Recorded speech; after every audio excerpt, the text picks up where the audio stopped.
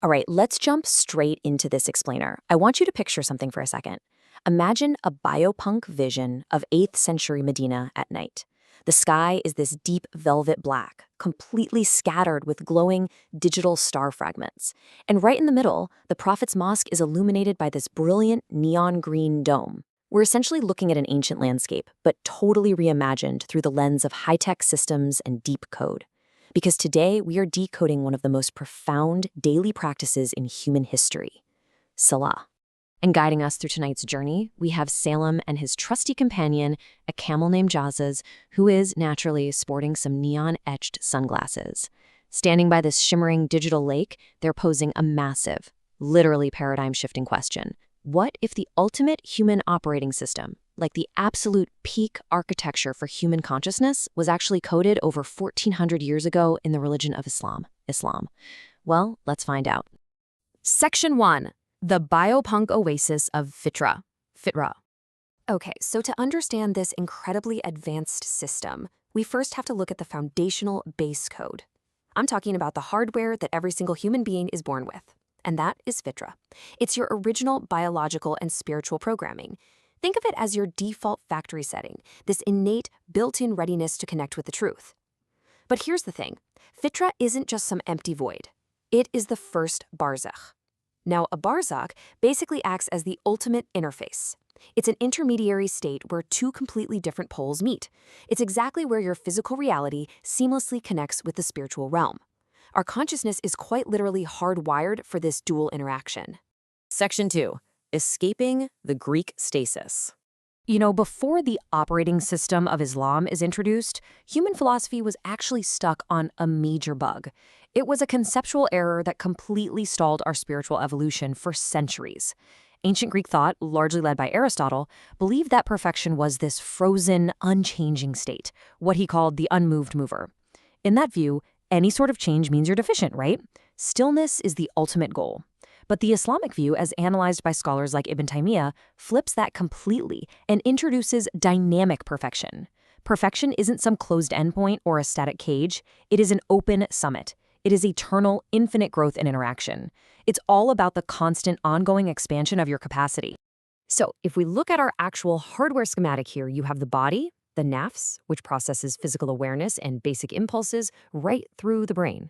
Then you have the soul, the ruh, acting as this subtle, overarching life force, but the ultimate core processor, that is the heart, the qalb.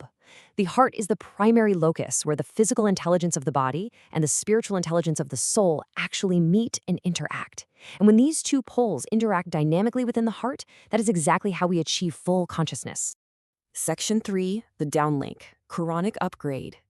All right, with our hardware mapped out and our core processor identified, we can finally initiate the software sequence. We do this by looking at the primary objectives, the maqasid of Salah. When a worshiper stands up and recites the Quran, they aren't just going through the motions. They are actively receiving a direct downlink from Allah. The source material actually describes this as a massive data packet that completely updates the user's overarching background of existence. It is a literal communication from the creator to the servant. This standing position initiates a massive consciousness upgrade. It purifies the mind and realigns your perspective with the absolute ultimate truths of the universe. And this hadith outlines exactly what is happening during the recitation of Al-Fatiha, the opening chapter of the Quran. It's not just a monologue. It is a real-time, zero-latency dialogue between the creator and the servant.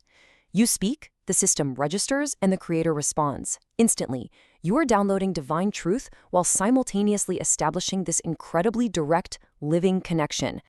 Section 4. The uplink. Supplication in sujood. Now, once that divine code is downloaded and processed, the system naturally requires an output, and this brings us to what is easily the most intimate physical position in the entire matrix. Sujood, or prostration, completely reverses the data flow. If the standing position was the downlink, then sujood is the execute command. This is the ultimate uplink. Down there, the ping, or the delay in response, is at its absolute lowest. It's the moment the servant transmits their dua, their personal supplications, their deepest needs, directly back to Allah. It is a pure, unadulterated communication from the servant to the creator, uploading requests right into the ultimate database of destiny. And achieving this state of ultimate connection brings us to ihsan. Worship Allah as though you see him. This represents the absolute peak of full consciousness. In this state, your spirit intellect witnesses the divine truth so clearly, it's like a glowing neon beacon in pitch black. Your physical body is fully present, your spirit is completely witnessing, and your uplink connects without a single drop in signal. This, right here, is the summit of the Barzakian experience. Section 5. The Raka. Infinite interaction.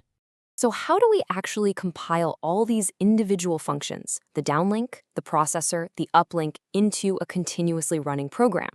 Well, a single raka, which is 1 unit of Salah, is a perfectly designed iterative cycle. Step 1, you stand, you receive the Quran, actively downloading the truth. Step 2, you bow. This is an act of submissive processing, where you grasp the sheer magnitude of the Creator. And step 3, you enter sujud, uploading your specific needs directly into the system. Every single raka is a complete cycle of interaction and growth. And the brilliant part, you don't just run this code once, you loop it, continuously refining and upgrading your state. Section 6. Achieving dynamic perfection. By running this Barzakian ascension program, this sequence of Salah 5 times a day, the human being fundamentally transforms, both physically and spiritually. You see, you aren't just blindly following some static religion. By engaging in this daily interface, you upgrade your consciousness continuously, and there is absolutely no ceiling. You transform from a standard passive user of the world into an active contributor. You perfectly merge your physical body with your spiritual intellect. And, perhaps most importantly, through your focused dua and sujud, you connect straight to the control room of existence, actively shaping your reality and your destiny. Let me leave you with this final thought as we look back out over our digital oasis with Salah and Jassas. We've just seen how Salah acts as an absolutely unmatched system for dynamic perfection. So I have to ask, is your spiritual operating system currently running on an outdated, passive, static loop? Or are you ready to engage the code, step into the interface, and initiate the ultimate uplink? The hardware is already built into you. The software is waiting. Thanks so much for joining me on this explainer.